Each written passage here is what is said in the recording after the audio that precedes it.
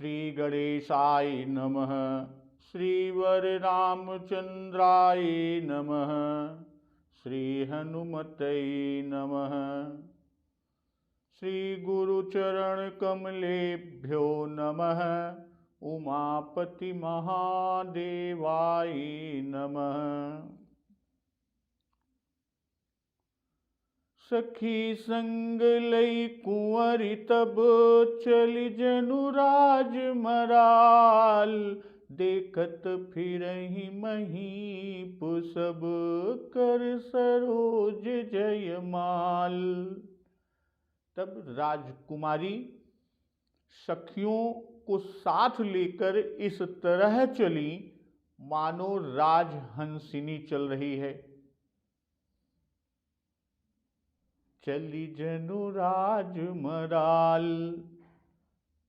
भाई, जब कुरूप देखकर राजकुमारी विश्व मोहिनी को क्रोध हुआ, तब वह वहां से चल दी और मानो राजहंसिनी चल रही हो। तो कुरूप किसके विषय में कुरूपता को देखकर क्रोध होता है? यह प्रसंग नारद मोह प्रकरण के अंतर्गत कि नारद जी जब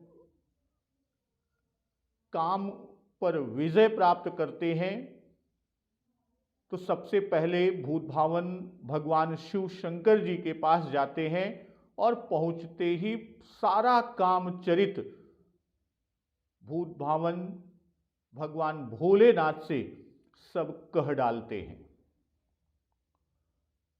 इसके पश्चात भूत भावन भगवान शिव शंकर जी देवर्षि नारद को उपदेश देते हैं, उन्हें शिक्षा देते हैं, उन्हें समझाते हैं, हमसे आपने सारी बात कह दी, किंतु यह बात श्री हरि को मत कहिएगा, उनसे मत बताइएगा। अगर कहीं इस प्रसंग को छेड़े भी तो भी उनसे न कहिएगा। किंतु देवर्षि नारद जी ने श्री हरि से काम विजय अर्थात संपूर्ण कामचरित कह सुनाया। तब श्री हरि को यह कि नारद जी मोह और मद इनमें आ गया। मोह और मद भंजन के लिए, उसे खत्म करने के लिए निज माया को प्रेरित किया और वह माया रास्ते में एक नगर अपनी माया द्वारा रचती हैं और स्वयं वहां पर राजकुमारी विश्व मोहिनी के रूप में और अपने स्वयंवर की माया रचती हैं। नारद जी रास्ते में नगर को देखते हैं। नारद जी का कौतुकी स्वभाव है, तो नारद जी नगर में जाते हैं और वहां राजकुमारी विश्व मोहिनी को देखने के बाद उनके अंदर वैराग्य जाता रहा और विचार करने लगते हैं कि करऊं जाई सोई जतन बिचारी, जही प्रकार मोहि बरई कुमारी। जब तप कछु न होई तेहि काला, हे विधि मिलई कवन विधि बाला। ये किस तरह से यह कन्या राजकन्या मुझे मिल जाए, इस विचार को करने लगते हैं। तो उनके मन में विचार आता है कि हरिसन मांगऊ सुंदरताई, होई ही जात गहरू अति भाई। मोरे हित हरि सम नहीं कोऊ, एहि अवसर सहाय सोई होऊ। इस तरह कि भगवान से ही सुंदरता क्यों न मांग लूं। फिर उनके सामने प्रश्न आता है कि यदि उनके पास मैं गया तो मुझे बहुत देर हो जाएगी।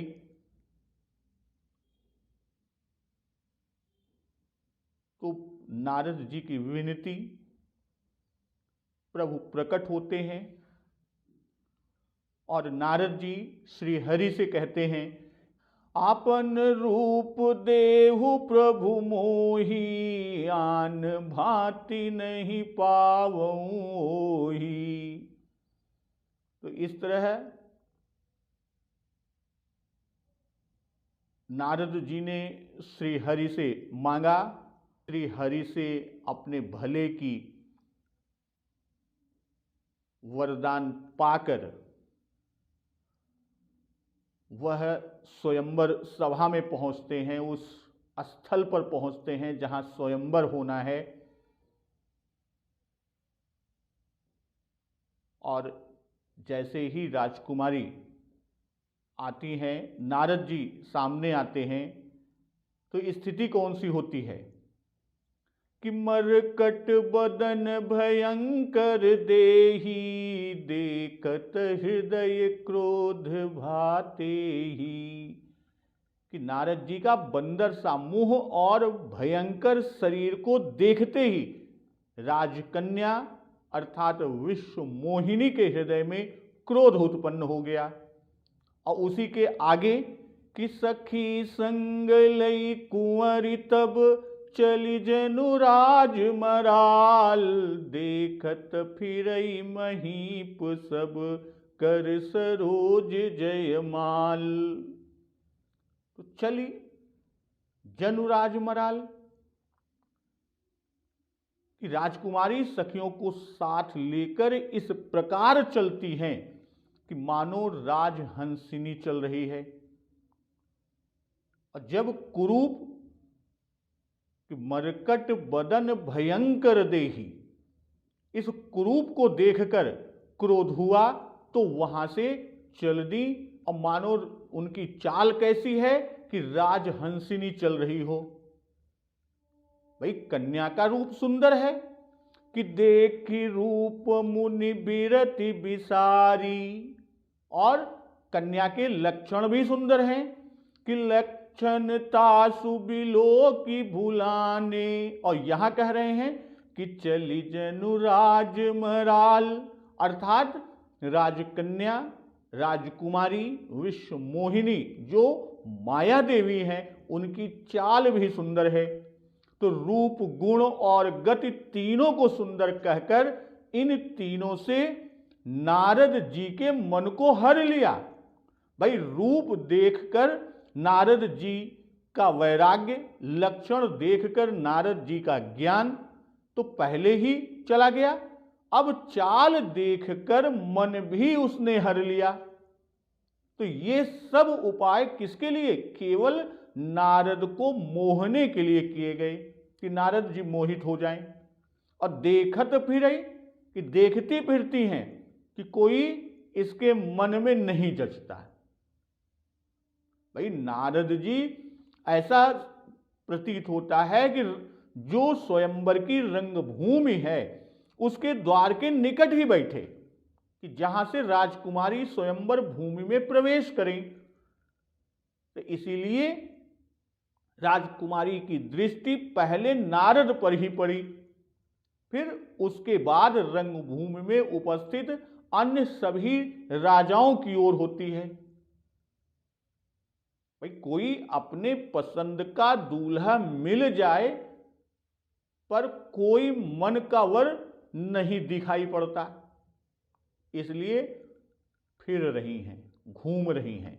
अकर सरोज जयमाल, भाई लक्ष्मी जी भी जब क्षीर सागर से निकली थी तब लक्ष्मी जी के हाथों में भी कमल का जयमाल था, तो वैसे ही यहां भी कमल का ही जयमाल है। अब राजकुमारी जो माया जी बनी हैं, तो वो घूम रही हैं। और नारद की स्थिति कि जेहि दिसि बैठे नारद फूली, सो दिसि तेहि न बिलो की भूली। पुनि पुनि मुनि उक सही अकुलाही, देखि दसाहर गन मुसुकाही। धरि नृप तनु तह गयउ कृपाला, कुंवरि भरसि मेलेउ जयमाला। भाई जिस दिशा में नारद जी या किसलिए अपने रूप के अभिमान में कि हमको तो श्री हरि का रूप मिला है, तो अपने रूप के अभिमान में हर्ष से फूले बैठे हुए हैं। उस ओर तो राजकुमारी ने भूलकर भी नहीं देखा। अब पुनि पुनि मुनि उक सही अकुलाही, देखि दसाहर गन मुसुकाही। तो मुनि बारंबार ऊचकते हैं, छटपटाते हैं, अकुलाते हैं। और उनकी इस दशा को देखकर जो शंभुगण हैं, हरगण हैं, रुद्रगण, वो मुस्कुराते हैं। अधरि नृप तनु तह गयउ कृपाला, कुंवरि हरसि मेलेउ जयमाला। और कृपालु भगवान श्री हरि राजा का शरीर धारण कर वहां पर गए और राजकुमारी ने हर्षपूर्वक उनको जयमाल पहना दिया। यहां भाव कि सो दिसि तेहि न बिलो की भूली। तो अब विश्व मोहिनी को नारद का रूप देखकर, कैसा रूप? मरकट बदन भयंकर देही, देखत हृदय क्रोध भाते ही। तो रूप को देखकर इतना क्रोध हुआ कि जिस दिशा में नारद बैठे हैं उस दिशा को ही छोड़ दिया और सर्वत्र राजाओं को देखती फिरती हैं। और उकसही अकुलाही की आकुलता यह समझकर होती है कि उसने तो अभी हमें देखा ही नहीं है। भाई देखती तो जयमाल अवश्य पहना देती, वह इस ओर से चली गई, इधर तो आती ही नहीं है। कहीं ऐसा ना हो कि बिना हमें देखें दूसरे के गले में जयमाल डाल दें। तो इसी कारण से अपुनक दिखलावे की इच्छा से उचक उचक पड़ता है, बिल्कुल अकुलाए पड़ता है। और इस दशा देखी दशा हरगन मुसुकाही।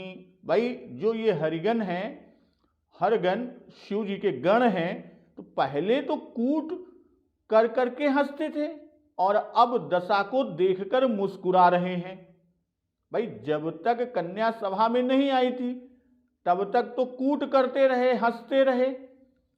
और जब राजकन्या, राजकुमारी, विश्वमोहिनी जो माया जी बनी हुई हैं सभा में आती हैं, तब कूट करना और हंसना बंद कर दिया। भाई वह तब ऐसा करना शिष्टाचार के विरुद्ध होता, मर्यादा के प्रतिकूल होता। इसी से अब सिर्फ मुस्कुराते हैं। और धरि नृप तनु तह गयउ कृपाला, कुंवरि हरसि मेलेउ जयमाला। तो अब कृपाला यानी प्रभु राजा का रूप धरकर क्यों गए? भाई अपने रूप से क्यों न गए? क्योंकि वहां पर नृप समाज है, इसी से नृप तन धर कर गए। भाई स्वयंवर राजा की कन्या का है, उसमें राजाओं को ही जाना उचित है और वहां समाज भी राजाओं का ही है कि निज निज आसन बैठे राजा, बहु बनाव करि सहित समाजा। इसलिए समाज के योग्य राजा बनना आवश्यक समझकर श्री हरि राजा बने। जिस तरह सीता स्वयंवर में भी देवता दैत्य जब आए थे तुम आए तो वह मनुष्य रूप धारण करके ही आए। देव दनुज धरि मनुज शरीरा, विपुल वीर आए रणधीरा। और शिव जी भुसुंड जी के आश्रम पर जब श्री रामचरित सुनने गए, तब उस समाज की योग्यता के विचार से समाज के अनुकूल भूतभावन भगवान शिव शंकर जी ने मराल तन धारण कर वहां कथा सुनी। तब कछु काल मराल तन धरितह कीन्ह निवास, सादर सुनि रघुपति गुण पुनि आयऊ कैलाश। तो ठीक वैसे ही यहां नृप कन्या के स्वयंवर में नृप तन धरकर श्री हरि आए। अब भगवान को तो लीला करना है, नर्तन धारण करने का श्राप लेना है, और नर्तन धरकर जाने से नारद जी नर्तन को धरने का, धारण करने का श्राप देंगे कि बंचहु मोहि जब निधरि देहा, सोई तन धरहु श्राप मम एहा।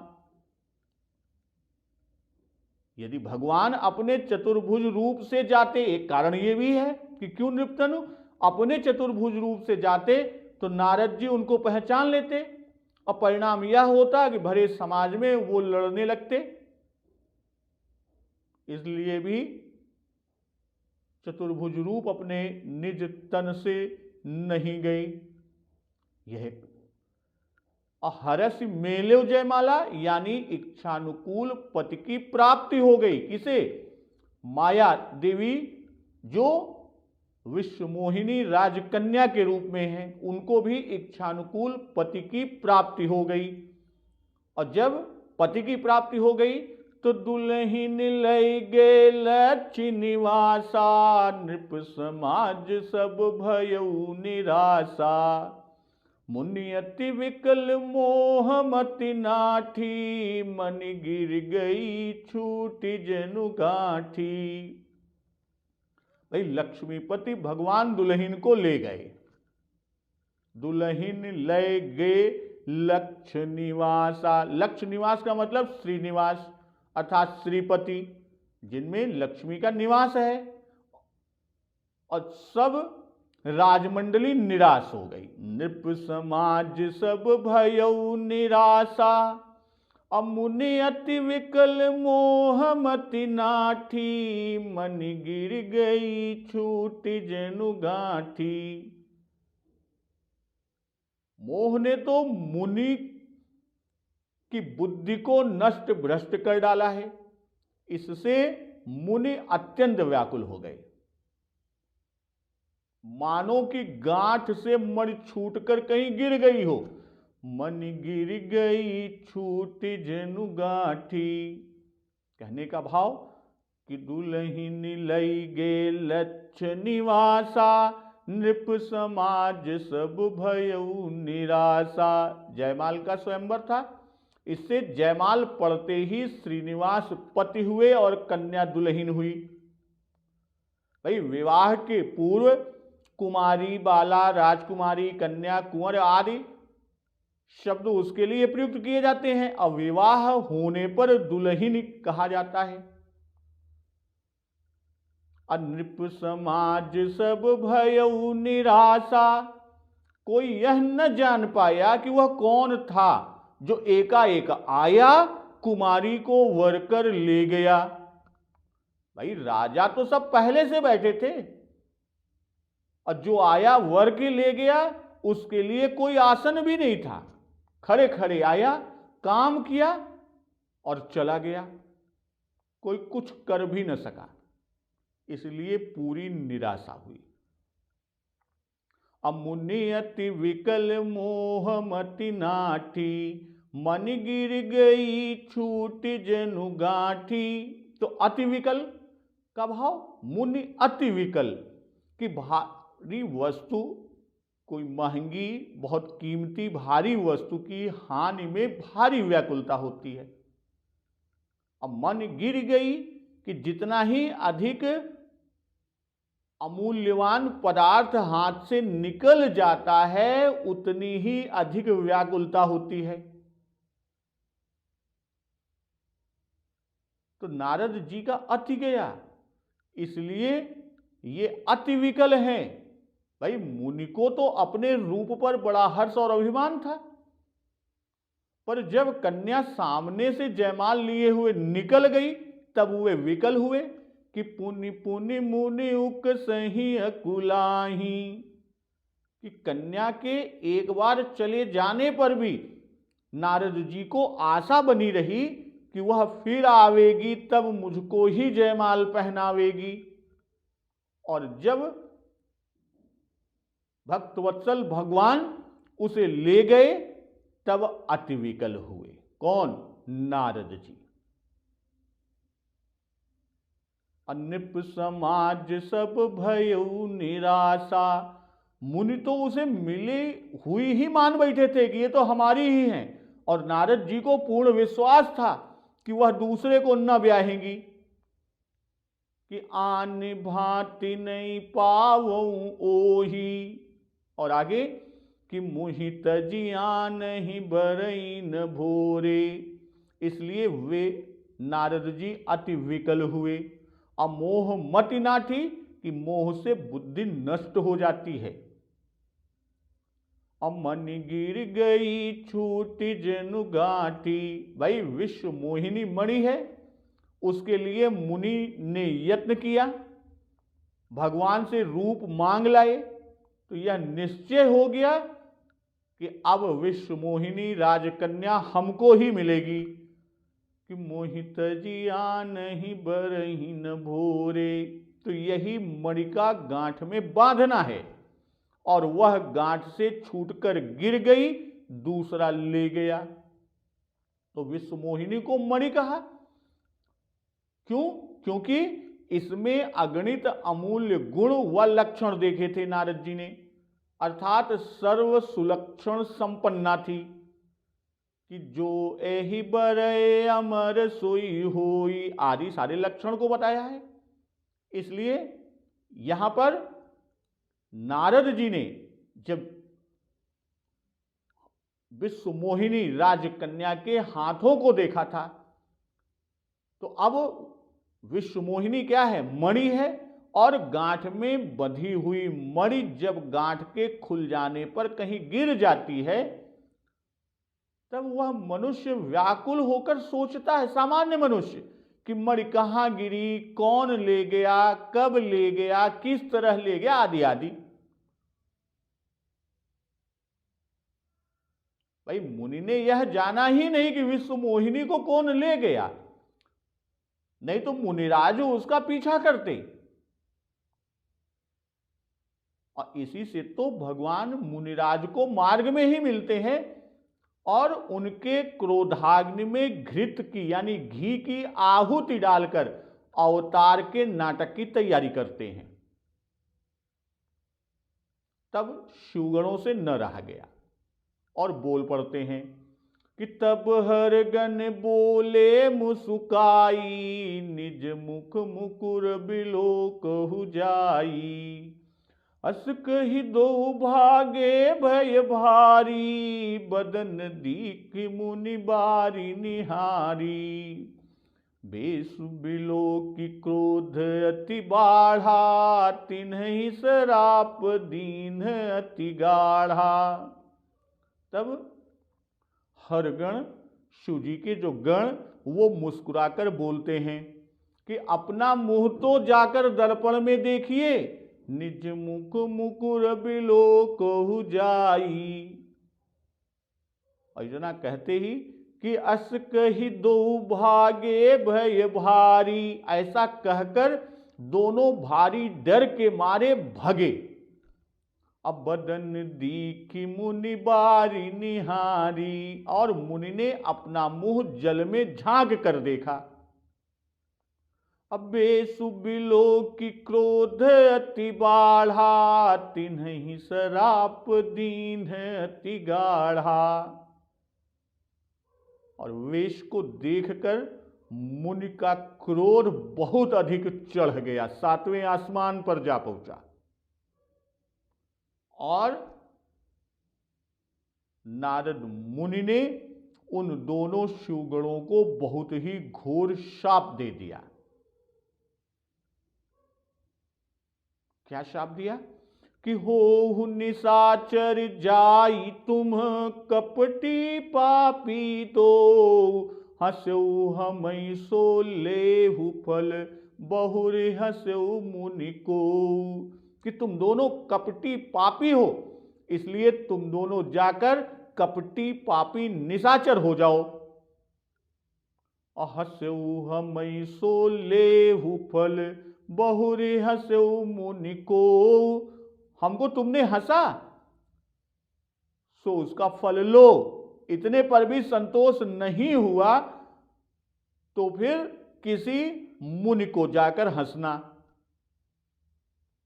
तो कहने का यहां भाव जो है कि तब हरगन बोले मुस्काई निज मुख मुकुर बिलोक हो जाई। भगवान की इच्छा से, उनकी प्रेरणा से हरगण ऐसा बोले। भाई यदि ऐसा न कहते तो नारद उनको और भगवान को श्राप कैसे देते, भगवान की लीला कैसे होती। भाई साधारणतः बता देना अपराध नहीं है, किंतु मुस्कुराकर कहने से अपराध हुआ। अब विलोक हो जाई, यहां तो दर्पण है नहीं, जहां मिले वहां जाकर देखो। और निज मुख मुकुर बिलोक हो, यानी जरा देखो तो तुम्हारा मुंह उसे ब्याहने योग्य था या नहीं। भाई अयोग्यता जनाने के लिए यह एक मुहावरा कहा जाता है।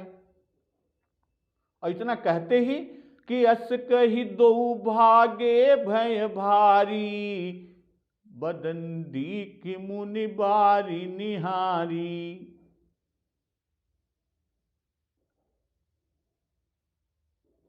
पहले कूट करके हंसते रहे, तब नारद जी नहीं समझे, इससे तब रुद्रगणों को भय नहीं हुआ।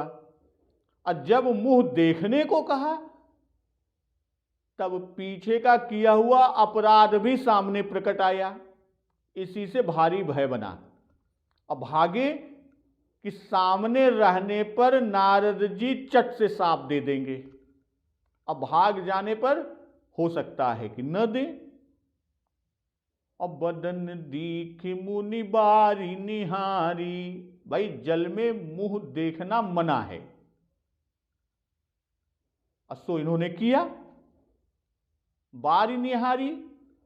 भाई क्योंकि मोह से बुद्धि नष्ट हो गई। साधारणतया कहा जाता है कि नाई के घर पर बाल बनवाने, पत्थर पर से चंदन लगाने और जल में अपना रूप देखने से इंद्र की भी श्री नष्ट हो जाती है। यानी ये 3 चीज नहीं करना चाहिए। क्या क्या? नाई के घर पर बाल बनवाना, पत्थर पर से चंदन लगाना और जल में अपना परछाई, अपना रूप देखना दर्पण की तरह, ये नहीं करना चाहिए। इससे सारी श्री यश नष्ट हो जाते हैं। लेकिन यहां पर एक बात ये ध्यान कि यदि तिलक में लगाने के लिए आप जल में मुंह देखकर तिलक लगाते हैं तो तिलक करने का निषेध नहीं।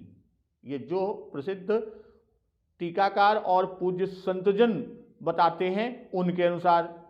तो रुद्र गणों को भागते हुए देखकर मुनि के संदेह हुआ कि कुछ बात तो बा भाई, इन्हन भागन काहे।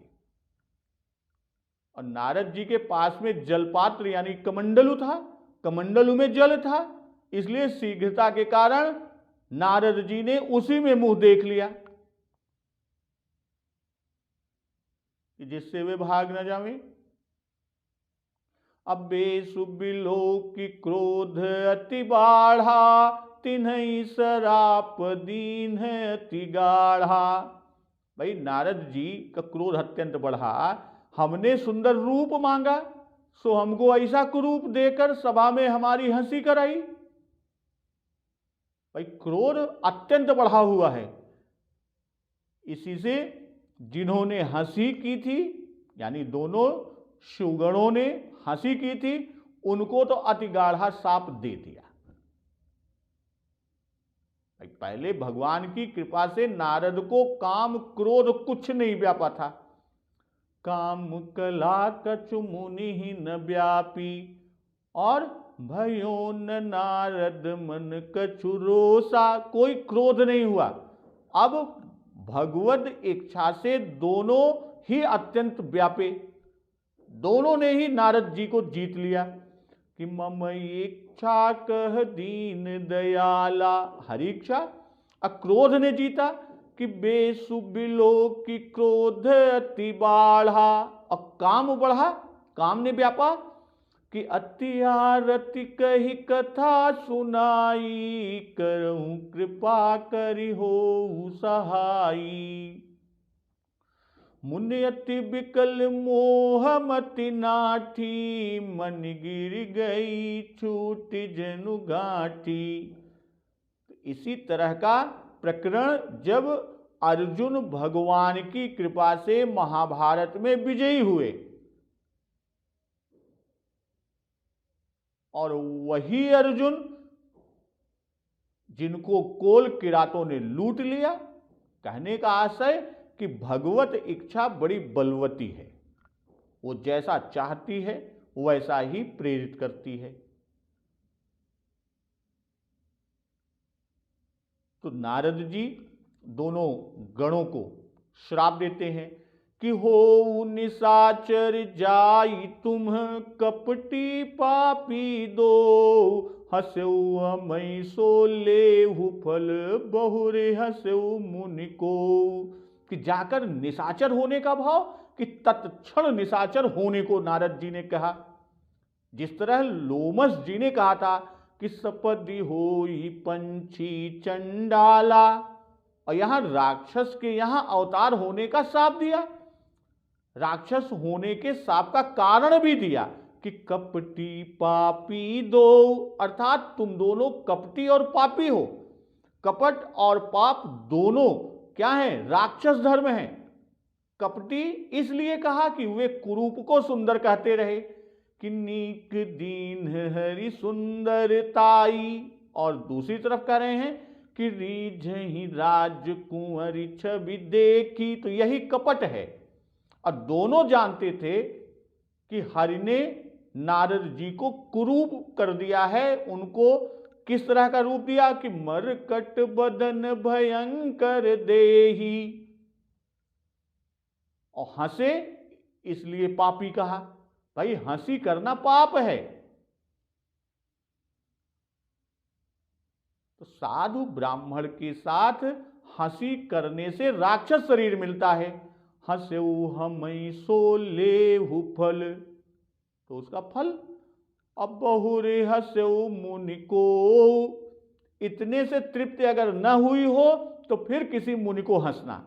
कहने का भाव कि संतों का उपहास करना हंसी खेल नहीं है, उनको हंसने का फल ऐसा ही होता है। तो श्राप देने के बाद नारद जी ने कि पुण्य जल दीख रूप निज पावा, तदपि हृदय संतोष न आवा।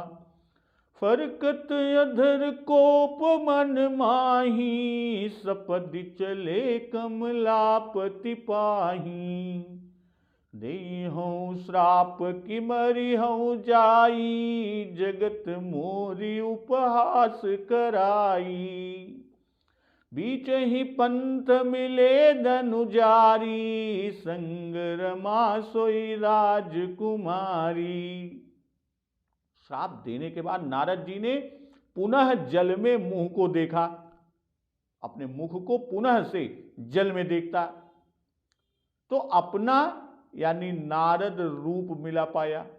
दोबारा जब देखते हैं तो अपना जो रूप है यानी नारद स्वरूप उसको देखे कि तदपि हृदय संतोष न आवा। फिर भी नारद जी के हृदय को संतोष नहीं मिला।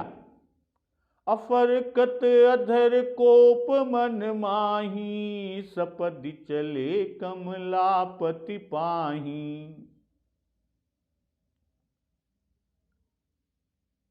ओठ फड़कते हैं, मन में क्रोध, और तुरंत ही नारद जी कमलापति भगवान के पास चले कि दई हूं श्राप कि मरी हूं जाई, जगत मोदी उपहास कराई। सोच नारद जी के मन में चल रहा है, और रास्ते में सोचते हुए जाते हैं कि श्राप दूंगा या मर जाऊंगा। दई हूं श्राप कि मरी हूं जाई, या तो श्राप दूंगा या मर जाऊंगा। उन्होंने संसार भर में मेरी हंसी कराई है, जगत मोरी उपहास कराई। बीच ही पंथ मिले धनुजारी, संग रमा सोई राजकुमारी। भाई दैत्यों राक्षसों के शत्रु भगवान बीच राह ही में नारद जी को मिल गई, और साथ में लक्ष्मी जी और वही राजकुमारी थी। कहने का यहां भाव जो है कि पुण्य जल दीख रूप निज पावा। श्राप देने के बाद भाई दोनों गणों को श्राप देते हैं कि हो निशाचर जाई तुम, कपटी पापी दो, हसऊ हमई सो लेहु फल, बहुर हसऊ मुनि कोई। तो उनको श्राप देने के बाद फिर पुनः जल में देखने से कि पहली बार अच्छी तरह से ना देख पाए रहें, फिर से देखें, और जब फिर से देखें तो अपना मूल स्वरूप यानी नारद का रूप मिला। भाई रुद्रगण भागे जा रहे थे, यह देखे कि वो भागे जा रहे हैं तो पहले उनको श्राप देने के लिए जैसे तैसे जल्दी से देखना बंद करके श्राप देने लगे, और श्राप देकर जब छुट्टी मिली यानी उनसे मुक्त हुए, तब सावधान होकर पुनः जल में देखना चाहा। तो हरि ने मेरा रूप बंदर का कर दिया, क्या अब मुझे इस रूप में जीना होगा? यह समझकर क्रोध बहुत बढ़ा। रुद्रगणों को श्राप दे डाला। अब मन में चिंता उठी कि क्या मेरा सदा के लिए यह रूप हो गया? जब पहली बार जल में देखते हैं कि जो बात बिगाड़नी थी वह तो हरि ने बिगाड़ी थी, अब तो हमारा रूप वापस दे देना था, काम तो बिगाड़ी देन। यह बड़े पुनः जल में देखें कि रूप निज पावा। जो कुरूप का इतना ही मात्र यहां पर प्रयोजन था कि कन्या प्राप्त न हो, और ये रूप देखकर नारद जी क्रोध करें और श्राप दें, सो दोनों काम बने। और तदपि हृदय संतोष न आवा, यानी क्रोध शांत नहीं हुआ, क्योंकि अभी लीला का कारण ही पूर्ण नहीं हुआ है। भाई रुद्रगणों को राक्षस होने का शाप मिला, पर भगवान को मनुष्य होने का शाप जब हो तब तो लीला का हेतु पूर्ण होगा। भाई राक्षस तो बन गए, उनके मारने का, उनकी मुक्ति का, भूमि के भार को हरने का उपाय तो अभी हुआ भी नहीं। भाई जो भगवान के अवतार का मुख्य कारण है, प्रधान हेतु है, और नर्तन और बानरों की सहायता का शाप भी अभी बाकी है। भाई जब काम बनाना था, विश्व मोहिनी की प्राप्ति करानी थी, तब तो बंदर का सा मुख बना दिए, और अब काम बिगाड़ने के बाद विश्व मोहिनी की प्राप्ति जब करानी थी तो बिगाड़ दिए, तब तो बंदर का सा मुख बनाए, अब काम बिगाड़ने पर पहले जैसा हो गया। इन सब के बाद कि फरकत अधर कोप मन माही, सपदि चले कमलापति पाही। भाई ओंठ फड़कते हैं, नारद जी के ओंठ फड़क रहे हैं, मन में एकदम कोप गा है, क्रोध से एकदम लाल हुई गा है। कहने का आशय कि भीतर बाहर कोप से बिल्कुल आक्रांत हैं, चारों तरफ से क्रोध ही क्रोध दिखा है। और सपद चले कि रुद्रगण हंसी करके भागे जाते थे तो उन्हें जल्दी से साप दे दिया। अब भगवान कुरूप करके चले जा रहे हैं, ऐसा ना हो कि कहीं वे भी चले जाएं, अतः उनको साप देने के लिए जल्दी चले। अदीहूं श्राप की मरीहूं जाई, या तो श्राप दूंगा, और यदि वे श्राप को अंगीकार करेंगे, भाई अंगीकार करेंगे तो ठीक, और श्राप को अंगीकार नहीं करेंगे तो उन्हीं के ऊपर मैं प्राण त्याग दूंगा, प्राण दे दूंगा और उनको ब्रह्म हत्या दूंगा। भाई मरने का जो हेतु अब वो कहेंगे, किस लिए मरेंगे कि जगत मोरी उपहास कराई। भाई भले मनुष्य का मान भंग होता है तो वह या तो प्राण देता है, आत्महत्या करता है, या मारे शर्म के कहीं दूर चला जाता है। यहां नारद जी को अभी यह नहीं मालूम कि भगवान स्वयं ही राजा का रूप धरकर राजकुमारी को ब्याह ले गए। नारद जी तो समझते हैं कि कोई दूसरा राजा आया और ले गया, नहीं तो स्त्री ले जाने का दुख यहां प्रकट करते। भाई इसी से उनको उपहास का दुख है, जगत में हंसी कराई यह दुख है। सामान्य रूप में कि अगर कोई मान्य है, प्रतिष्ठित महानुभाव हैं, तो उनके लिए अपयश की प्राप्ति जो है वो मरण से भी भयंकर दुख देने वाली है। इसलिए नारद जी कह रहे हैं कि दई हूं श्राप की मरी हूं। अब क्यों मरी हूं?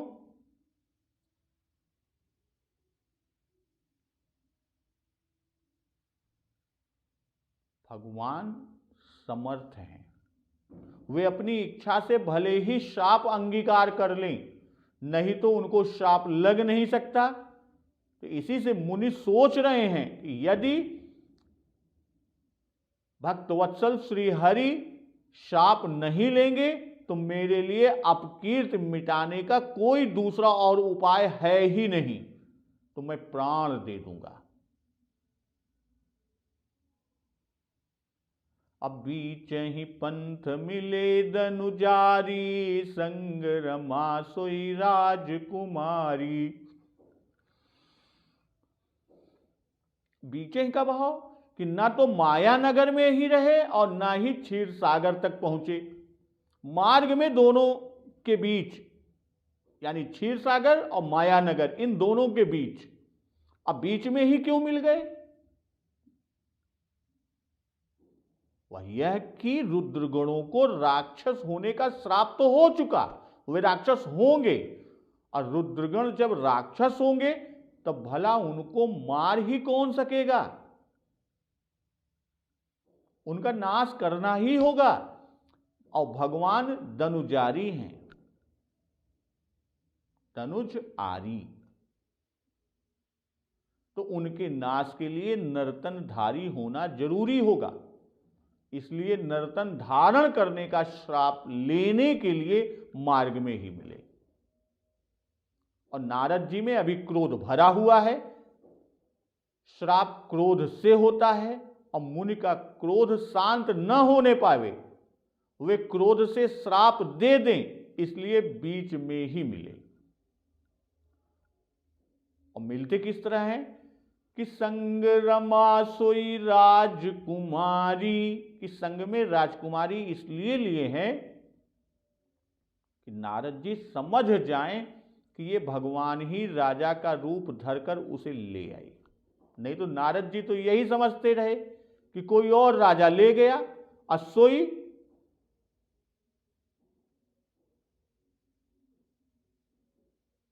रमा सोई राजकुमारी, जिसमें क्रोध उत्पन्न हो कि रमा ऐसी स्त्री के होते हुए भी इन्होंने हमारा भारी अपकार किया, तो ये सब क्रोध उपजाने के लिए, उत्तेजित करने के कारण हैं। असंगरमा, क्योंकि रमा जी को नारद जी पहचानते हैं, साथ देखकर समझ जाएंगे कि राजा रूप में स्वयं श्रीहरि भगवान ही हैं। इतना ही नहीं, फिर श्रीहरि क्या कहते हैं कि बोले मधुर बचन सुर साई, मुनि कह चले विकल की नाई। सुनत बचन उपजायति क्रोधा, माया बस न रहा मन बोधा। पर संपदा सकहु नहीं देखी, तुम्हरे ईर्षा कपट बिसेखी। मतत सिंधु रुद्र ही बहुरायहु, सुरन प्रेरि विष पान करायहु। कि देवताओं के स्वामी भगवान मीठे वचन बोले कि हे मुनि, कि बोले मधुर बचन सुर साई, देवताओं के स्वामी। अब मुनि कह चले बिकल की नाई, आप व्याकुल सरीखे कहाँ चले जा रहे हैं। असुनत बचन उपजायति क्रोधा, माया बस न रहा मन बोधा। अब वचन सुनते ही नारद जी में अत्यंत क्रोध उत्पन्न हो गया। माया के वश होने से मन में ज्ञान न रह गया। माया बस न रहा मन बोधा। श्री राम। पर संपदा सकहु नहीं देखी, तुम्हरे ईर्षा कपट बिसेखी। और नारद जी कहते हैं कि तुम पराई संपदा ऐश्वर्य नहीं देख सकते, तुम्हारी ईर्ष्या और कपट बहुत है। ईर्ष्या और कपट बहुत है। अमतत सिंधु रुद्र ही बहुरायहु, सुरन प्रेरि विष पान करायहु। समुद्र मथते समय तुमने शिव को बौरा दिया और देवताओं को प्रेरित करके तुमने ही शिव जी को विष पिलाया। वो आगे कहते हैं कि असुर सुरा विष संकरहि, आपुर मामनिचार। स्वार्थ साधक कुटिल तुम सदा कपट व्यवहार। दैत्यों को सुरा यानी मदिरा, शंकर जी को विष दिया और स्वयं सुंदर लक्ष्मी और कौस्तुभ मणि को लिया। तो तुम स्वार्थ के साधक हो, कुटिल हो, तुम्हारा सदा से ही कपट का व्यवहार है। अब बोले मधुर बचन सुर साई, तो बोले मधुर वचन कि यह मधुर व्यंग क्रोध की अग्नि के लिए घी का काम करने वाला है। भगवान सदा मधुर वचन बोलते हैं, पर इस समय मधुर वचन क्रोध का कारण है। असुर साई कि देवताओं के स्वामी हैं, अतः उनकी रक्षा के लिए राक्षसों को मारेंगे। असुर मारिथा पहि सुरन कि देवताओं के हित के लिए अपने ऊपर श्राप को लेना चाहते हैं। जो श्राप नारद जी देंगे उसे अपने ऊपर लेना चाहते हैं। तो इसी से मधुर वचन बोलकर नारद जी के क्रोध को प्रज्वलित करते हैं। मुनि कह चले बिकल की नाई, तो मुनि बहुत विकल है। मुनि अति बिकल मोह मति नाठी कि वे अपनी धुन में चले जा रहे हैं। इससे भगवान स्वयं छेड़ कर बोले विकल की नाई कि आप मुनि हैं, विकल तो हो नहीं सकते, अर्थात विकलता का आभास करा रहे हैं। असुनत बचन उपजायति क्रोधा, तो अब आगे माया बस न रहा मन बोधा कि क्रोध उत्पन्न करने के लिए ही मधुर वचन श्री हरि के द्वारा कहे गए। भाई अपना वेश जल में देखने पर क्रोध अवश्य ही बहुत बढ़ा था, पर वह क्रोध रुद्र गणों को शाप देने पर कुछ शांत हो गया। भाई श्राप देने में वह अति क्रोध खर्च हो गया, तो अब भगवान के वचन सुनने पर उनको श्राप देने के लिए वही क्रोध फिर उत्पन्न हो गया। अमाया बस न रहा मन बोधा। भाई पंच परवा अविद्या के पांचों विकार नारद जी को व्यापे। तम से अविवेक होता है, तो माया बस न रहा मन बोधा। अमोह से अंतःकरण में विभ्रम होता है कि यद्यपि सुनहि मुनि अटपटि बानी, समुझ न परई बुद्धि भ्रम सानी। और महामोह से स्त्री गमन की इच्छा होती है कि जप तप कछु न होई तेहि काला, हे विधि मिलई कवन विधि बाला। और अंधता मिश्र से मरण की इच्छा होती है कि दई हूँ श्राप कि मरी हूँ जाई। और तामिश्र से क्रोध कि सुनत बचन उपजाय अति क्रोधा। तो यहाँ अंधता मिश्र, तामिश्र, महामोह, मोह और तम, ये पांच अज्ञान की वृत्तियां ब्रह्मा जी ने सृष्टि के आरंभ में ही उत्पन्न की थी, और ये पांचों नारद जी को व्यापी। अपर संपदा सकऊ नहीं देखी, तुम्हारे ईर्षा कपट विषेकी। पर संपदा कहा क्योंकि मुनि ने तो कन्या को अपनी स्त्री मान ही लिया था और ले गए उसको श्री भगवान, तो राजकुमारी को अपनी जानते थे, इसी से वह अपनी संपदा हुई, और भगवान के लिए वही पर संपदा हुई। असकहु नहीं देखी कहकर कि उनमें खलता हुआ दिखाई दिया, अंदर से जज भूल गए। और जब तक कन्या का ले जाना न जाना था, तब तक उपहास कराने का दुख हृदय में नहीं रहा। जगत मोरी उपहास कराई, और अब जान गए कि कन्या ये ही ले जाए हैं, तब कन्या को ले जाने का दुख होगा। भाई पर संपदा देख नहीं सकते हो, इसका तात्पर्य कि तुम स्वयं ही ले लेते हो कि तुम्हारे सुंदर स्त्री भी है, तुम अमर भी हो, अजेय भी हो, चराचर तुम्हारी सेवा भी करता है, यह सब संपदा तुम्हें प्राप्त है।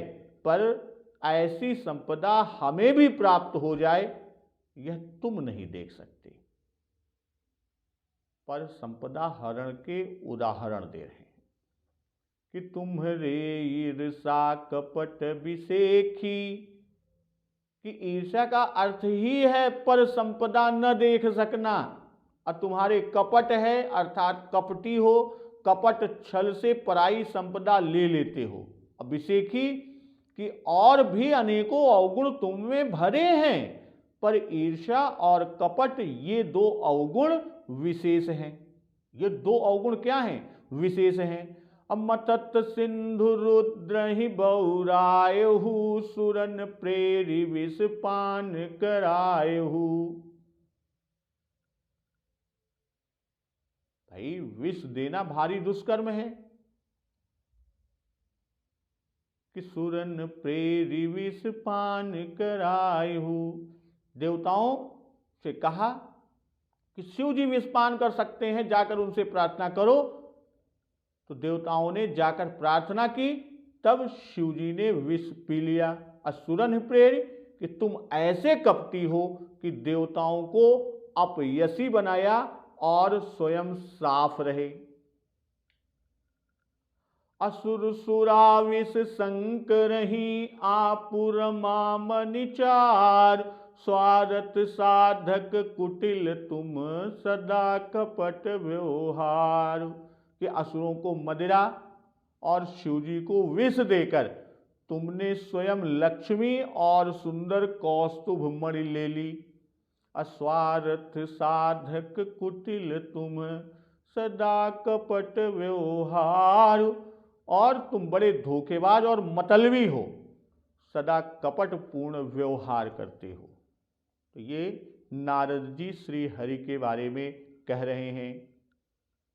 अब नारद जी और श्री हरि के बीच में क्या वार्ता होती है, क्या संभाषण होता है, और नारद जी द्वारा श्री हरि को क्या श्राप दिया जाता है, तो इस रोचक प्रसंग का अमृत रसपान हम लोग अगले दिवस पर करेंगे। आज की कथा यहीं समाप्त करते हैं। तो एक बार जोर से बोलिए, सियावर रामचंद्र की जय, पवन सुत हनुमान की जय।